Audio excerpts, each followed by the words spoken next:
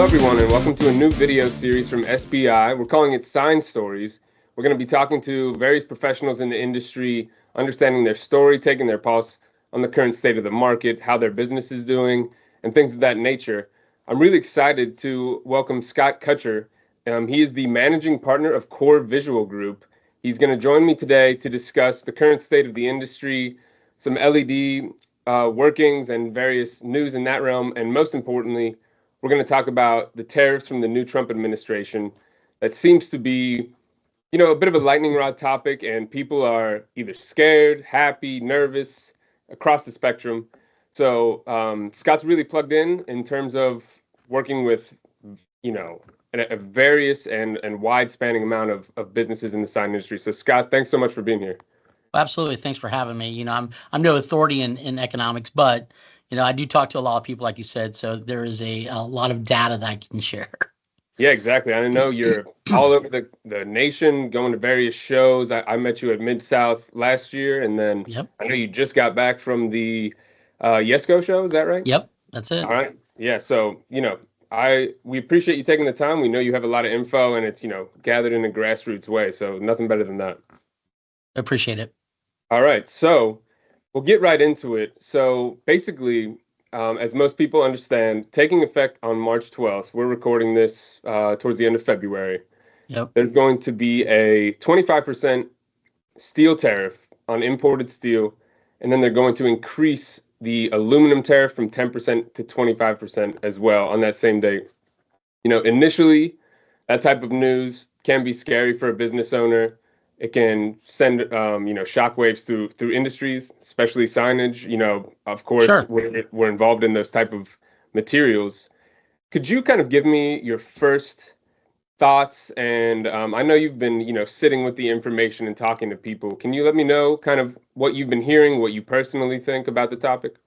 Well, sure. I mean, it's kind of interesting because, the first thing, and I think it's human nature, is fear, right? We default, in our human nature, we default to fear. And so that was the initial conversations from the beginning of the year was, oh my gosh, these are going to kill us. It's going to kill the industry. It's going to kill everything. I don't know how I compete. And it just became this NEM, the sky is falling type situation, right? Yeah. And it is hard. I mean, I'm not saying it's not, but it's not like we haven't been here before, right? Mhm. We were here with COVID and it wasn't tariffs, but it was not being able to get the product. Yeah. And we've been here before that in 2007, 8, 9, during that downturn. Again, things were held up longer. They were in custom. We had all these issues because cash flow and different things that were going on. We couldn't get product. We've been here before, but it's different because we can still get the product. It's not like we can't get the product. The product's coming, right? So we can get the product. So that's not an issue. It's not as big of an issue from what I'm talking to people. The truth is that it's going to make us self-examine and take a look at internal processes. So when I had my sign shop, one of the things that we would do whenever things would get outrageous, of course, we'd look for better partners. So that's the first thing you can do. Start vetting your partners. If I represent any of the products that you use, the France or Exlar or any of those guys, call me up. Let's have that dialogue. I'll facilitate it between you and the manufacturer and see what we can do to mitigate some of those costs and try to help you be, still stay competitive in this environment. The thing that's really scary to do, though, and I hear people all the time talking about this is, well, I'm just going to import all of my own. Well, if you have no experience in doing that can get hairy, right? Yeah. Well, you still got to deal with all the tariffs. So does that really change anything? In some cases, it may, and that may be something you take a look at. If it's a widget, right? So if it's a sheet of aluminum's, as long as it's T5 or whatever grade that you need, is a sheet of aluminum. So I get that. That's one of those situations where you got to be careful are the ones that have electronics and different parts inside of them, like LEDs and power systems and switches and things like that, because you can cheapen something to the point where it's just crap and you can't use it. And now your reputation's going to get dinged, right? Yeah. So, I'm hearing a lot of fear and I'm hearing very few people talking about, this is a good opportunity for us to self-examine how we produce things and to really examine the relationships that we have with our vendors and with the distributors, right? So call up your distributor rep. Like I work closely. I just had a conversation this morning with a distributor rep about tariffs for a customer they had. So, we work together as a team. So you got a team behind you if you want it. And if you don't, find one. That's my biggest suggestion. Find someone that's going to help brainstorm and mitigate things to help your production not wane, to keep it from, your quality going down, but always being able to produce as fast as you did before and be able to still go to market. Because the truth is, everybody's going to feel the weight of these tariffs. Everybody. So it's not like someone's going to have an advantage over someone else unless they sit down with their partners, they figure out a strategy, and then they actually work off that strategy and do something about it. So that's really, in a nutshell, that's kind of what I'm seeing out there, and what all the conversations are steering towards is, what do we do and who do we get involved to do it? Does that make sense? Yeah. I think it's like any other problem that arises in life. You got to talk to people you trust, and you got to work together to find a solution, because these type of problems aren't going to be solved over text or emails. You're going to have to really collaborate. Yes. Okay. Absolutely. Yeah. And so the additional part of this is, you mentioned sometimes when you're trying to cut deals, things can get a little cheapened, or you can end up with a product that lasts only a few months when you thought you were going to have it for years. Rolling into that, there's also the additional 10% tariff on Chinese products, which, right. It's always been kind of the bane of a sign shop owner's existence. Do I buy from China for super cheap, or do I work with my American partners? That's always been there. Now, maybe that's just something that encourages people to work with American partners even more. I would totally agree. So, France is my core client. I've been with France a long time, helping develop the products and all that kind of stuff. And I'm very grateful for that relationship. So we have a lot of conversation about these things. Well, we saw things coming this way over a year ago. So our new lineup of some of the power supplies, our utilities, they don't come out of China. So we've already started shifting. So you're going to see people that could see what was happening in the market. And I'll tell you, our new GM's brilliant. He's awesome at what he does. But the team that surrounds him is phenomenal. So together as a team, they were able to say, okay, wait, time out. He started off and said, guys, this is coming this direction. What are we going to do to mitigate this? How are we going to make sure that we still keep our quality and what we're known for? Let's shift it. Well, we're blessed because we're part of the Marmon Group, the Berkshire Hathaway. So we're able to tap into that network. And so we knew of another person in that network that manufactured products, different power products.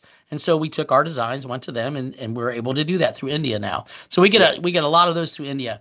Our top notch ones still come from China, but because of some buying power, we can try to mitigate a little bit of that too. You can't mitigate tariffs, but you can figure out ways to cut some costs to try to mitigate, or shave off a percent or 2 or 5 here and there, right? And that's what we've been doing. And again, having the right partners that are doing these things are critical. And you won't know till you have discussions. Like you said, it's one thing to sit there and text someone. It's another thing to have a real discussion. I would say the biggest thing for everyone in our industry is we have to have a level of transparency with each other. So stop trying to protect a sale and let's start fixing the problem. Because I think we do that too much. We're like, oh my gosh, if I tell them what's really going on, we're going to lose business. No, if you tell them what's really going on, you can work together as a team. And if you lose business from someone, that means they never really were your client to begin with. At the end of the day, they didn't trust you 100% to have the hard conversation and be as transparent as they needed to be with you, so you could be transparent with them and you guys could fix it together. And I think that's the key here is, I look at this and I go, good, finally, it's going to force us to communicate. Yeah. Because there's been a rift. There's been a huge rift between, we've got all these shifts going on in our industry, and people are like, okay, I can't trust this. So I can't trust distribution anymore. I want to go direct. I hear that all the time. Well, I can't trust distributors because they just are out for their ponies and who they get whatever from, right? Extras from or whatever. And so you hear all these things going on, and there's a lot of divide. And then you have all these acquisitions happening, which is creating more divide. And I love our industry. They got some of the most brilliant people in our industry. These guys can figure out anything. I kind of miss having a sign shop because the guys inside my sign shop are like, guys, we got a problem. I'm like, no, we don't. Let's fix it. This is what we're going to do. And it's like, it was fun. It was cool. And that's what I love about the industry is we always figure it out, right? We just figure it out. And why would we not take a look at something that's not a physical problem, like in production or manufacturing, and figure it out too? So I would encourage them, take the same mentality in which you figure out an issue inside your shop every day and apply it to the business side of your business, not just the production side, and let's figure it out together. So I think that is really the silver lining is it's going to force us to communicate at a transparency and a level we haven't done in a while. And I think it could create some unity if done properly. And I'm already seeing it. I'm having distributors reach out that normally don't reach out to me. Hey, let's talk about this.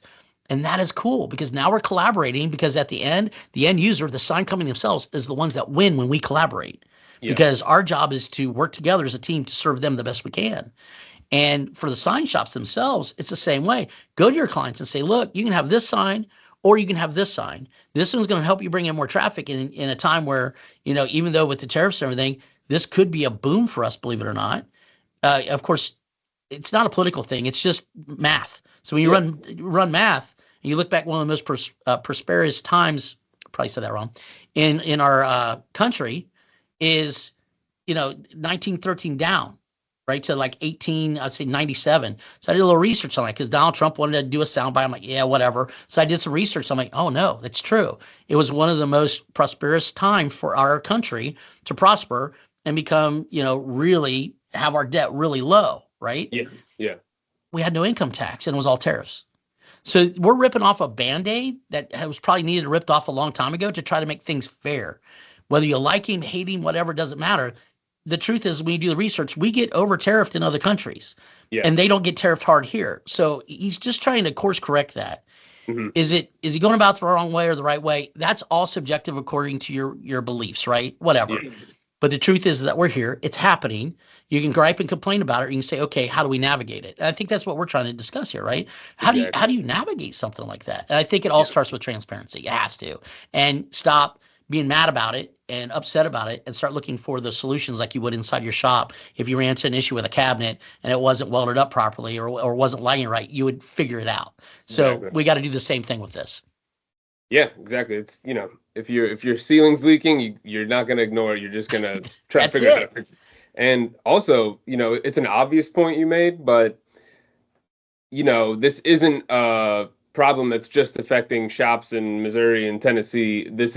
Everybody is dealing with this. So it's a broad spanning problem, and there's going to have to be collaboration to fix it, which, may seem obvious, but it's the same as anything, is that the proactive shops, like you're saying, you've been working with some partners who were able to forecast something like this coming down the line. Yep. So if you can get involved with someone who is smart and was, reading the trends and is prepared for this, those type of distributors and those type of networks are going to be the ones that benefit sign shops the most. Well, and in some cases, it's a benefit. And I'll tell you why. So it's not a shameless plug. It's just truth. We just had a conversation. There are cabinets behind me. So XLART's one of my rep. Great group of guys, been around a long time. Love Matt Ambrose and the whole team. Rob, they're great, okay? But it's going to benefit because all of our mills are here in the U.S. So guess what? All of our aluminum is going to be less. Yeah. So is it going to be 20% less? Probably not, but it's still going to be less because there's still a certain amount of goods we have to get in to do it properly in the mill. And some of those will be taxed, right? But it's going to be taxed at a different rate in different levels, and we don't even know what that looks like yet. But we know for a fact we're going to be less because it's made here. So that's going to be the thing that, yes, we're ripping a Band-Aid off right now. It's really painful. But we're exposing a wound that America has had a long time that we now can start fixing, and that is we've been putting too much overseas, too much manufacturing overseas, and we can bring some of it back. Yeah. Is it going to be a little painful at first? Sure, but let's just use an example of, and it's unrelated, but I think you'll see the correlation between the two. When they started, passed everything for the minimum wage, everyone was like, hey, we have to do this, and and there was a debate, and no matter what side you landed on it, everyone had their opinion on it. It happened. And so what that did is it didn't just drive up minimum wage, but then there was a competition. So now the wage went up even more. Well, who absorbed it? The market can absorb more than what we think. They may complain and go nuts and get frustrated and voice it, but they will absorb more. Just like our company, just like in the sign industry, the brands still have to promote. They still have to grow. They're going to absorb to some degree more, and they can, because in that case, who absorbed it? We did. How much do you pay for a hamburger and fries now at McDonald's? Exactly. You're not getting out of there for under $10 anymore, pretty much. Okay. I remember, I'm telling my age, I remember when I do it for $4.50. Yeah. $4.50. Complete meal. Big freaking drink. Hold it. $4.50. Yeah. So there's a natural thing that happens in business where the market will absorb a certain amount that's a reasonable amount. Yeah. And so we have to work to mitigate those costs interiorly production-wise. Maybe we streamline production a little bit and bring the cost down in labor. So then it absorbs it. Maybe, right? Maybe we're using, instead of a channel letter that's 5 inches deep, we go down to 3 inches deep, use a better LED, but negotiate, on that LED on quantity and do quantity buys. So I had guys that saw this, have been living through it, older guys like me, saw it, been living through it for a while. And at the beginning of January is a phenomenal month for me. Why? Because people were buying up LEDs and stuff. They're like, let's go. Let's get stuff bought up because I need it for these programs. And we're spec'ing in these programs. So they're just buying it up. Let's go, let's go, let's go, let's go. So that helps to mitigate that cost. They were smart. So volume buying is another way you can mitigate that cost, because I don't care who you are. If you buy enough volume from any one of my customers or any one of my clients that I represent, they're going to work a deal with you. I'm going to make sure they work a deal with you, because at the end of the day, you should, because you're buying quantity. So quantity buys, if you're in that position, is another way to go about it, right? That can help you mitigate. That was another thing that, helped a lot of shops during COVID as well, because the supply chain issues were so terrible. Oh, yeah. If your shop made it through COVID, one would think you can definitely make it through these tariffs. Without a doubt. Yeah. And so it's a hiccup for you if you made it through COVID. That's a good point. Okay, so you were just talking about LED solutions. I think we nailed the tariff talk. Obviously, we could talk about that for 2 hours. Nobody wants to hear that for 2 hours. Yeah. So, in terms of, I mentioned you're based in Tennessee. There's a lot of development happening in your area. Of course, Nashville is becoming one of the most famous cities in the nation, and then we have all these shows that you're going to. So you really are plugged in terms of trends. They're building the new Titans Stadium right near you, and I know you've been working with them on a couple things. Could you just give our readers and listeners just a bit of your pulse on the market, what you've been noticing lately? Sure.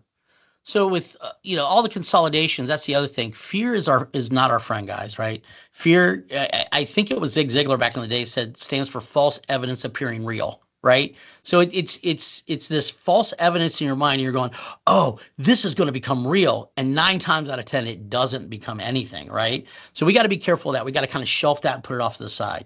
So the fear of, this large distributor is buying all these other distributors and this is going on. Guys, it leaves room for innovation. Like I'm on the inside track of a new online distributor. They are selling, quite frankly, more product than almost anybody else for me right now when it comes to the France products. And they're on the cutting edge. They're coming up with all kinds of cool tech, dashboards, all kinds of things that are personalized to help you manage your company better. Okay, that wouldn't have happened if the big guy didn't start buying everybody, right? Yep. When the bigger guys start buying people, it creates a void in the market where innovation is allowed to flourish. And you got to understand this is an exciting time, because even though it's frustrating in the moment, what it's going to produce is going to be worth it. So it's like, I know it's hard to tell looking at me now because I'm older and I haven't probably seen the inside of a gym for 10 years, but I power lifted for years, right? Yeah. And when you power lift, it's you're tearing up your muscle, you're trying to build it so you can become stronger. And you do that in any kind of weightlifting or anything. In the moment, it sucks. When I had to do that extra deadlift and I'm getting screamed at by my coach, I'm like, get away from me, right? But you do it. Why? Because if you dig in, you get your heels down and you dig in and you power through it. Then when you're in the situation, it's going to be easier. And over time, it does. It becomes easier and easier and easier and easier. Next thing you know, you're squatting over 600 pounds, right? Yeah. It really does work that way. And so it's the same way in business and in manufacturing and where we're at in society and market trends. When market trends shift, they may be painful in the moment. But if you start looking and actually trending things and go, wait a minute, if this shifted over here and this happened here, then this creates opportunities here, here, here, here, and here. And so I'm seeing older companies become innovative again, or going back to the roots and adding technology. Yeah. And adding technology on top of it. I'll give a plug out. Wensco, they added technology and they're going back to the roots, and they're really pushing that we're going to have everything you guys need or access to everything you guys need. And we're not going to push you towards one product or another. We're going to talk about our favorites, but you know what? It's all up to you. You're in control. They're trying to do that. And I think they're starting to successfully do it. Then they layer their podcasts and other things. They're starting to be more informative and entertaining and engaging, and they're starting to use technology to do that, right? So that's just one example. I've got another small distributor down in the South, right? We've got, Sunbelt. They're starting to look at different ways to be more consultative in their approach. So I think this kind of thing creates a pressure Yep. because I think you get very complacent, right? And complacency is the death to innovation. So if you don't have some kind of pressure to help you or make you or push you to innovate, you'll just stay complacent and innovation won't happen. And Hmm. so I think that's the key. I mean, principles, but one of the great thing about principles, even with all their moves and people love them or they don't or whatever, they've made moves in such a way that has forced France to be better, Yep. right? That has made us go, ooh, we can do this better that they're not doing. We can do that they're not doing, right? So we fill the voids and everyone wins that way because they're still growing, but now we have an opportunity to grow and we give more options to the end user, right? So we're Yep. filling major voids that, they wanted a Sloan-like product that wasn't all together. Great. Well, ours performs like Sloan and GE, but we're priced like a principal. So the joke, I always jokingly tell Blake when I see him, Vincent, hey man, you guys have to combine just to compete with us, which isn't Yeah. true because it Yeah. all happened after we started developing a product. But it's just a joke because at Yeah. the end of the day, there's enough business for all of us. But it's just who do you want to do business with? That's what Yeah. you gotta ask yourself. Who's going to be a partner? Who's going to be transparent? Who's going to work with me to make my production better, and who's going to help me flourish while I return the favor by using them.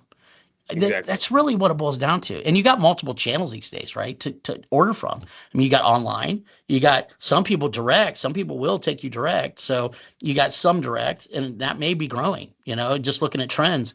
You got online, and then you have the traditional distributors that they want more consultative approach to where they can help guide you and be a true partner. Everyone wants different channels at different times. We're in a multiple channel buying environment. Your generation definitely wants it, right? I mean, Exactly. Yeah. Nike did it years ago. We're like 10, 15 years behind retail. And now Yeah. business to business is starting to finally do it, right? And so it's a matter of, where do you want to buy? And what kind of level of experience do you want to have? Do you want like total hands off? Great, go online. It's really up to you. Every person that's serving the end users have a place in this industry. So love them or hate them, they have a place that's important. Yeah. Well said. I mean, we could talk about this forever, but we're trying to keep these videos nice and Gotcha. consumable for the audience. So thank you so much, Scott. And like you're saying, you know, same as in sports, the Lakers add Luka Doncic, the Cavaliers have to Yep. go trade for someone to compete in the NBA Finals. It's like you're saying, there's no space for fear in business, especially in this No, day and age. So I think it's great advice from you. We really appreciate you letting us know what you've been hearing. I know you're very plugged in, so I appreciate you taking the time out of your busy day here. absolutely. Anytime. I really appreciate the opportunity just to speak. I'm nobody. I just listen a lot. So, No, that's not true. And then, like I was saying, I think we'll definitely be in touch more. We'll do some more of these videos, maybe once a quarter. oh, that'd be great. I'd be honored to do that. And just, I'll let you know what I hear out there in the field. All right. Thank you, Scott. We'll be talking again in a little while. Thanks again. Have a nice day. Thanks, Alex.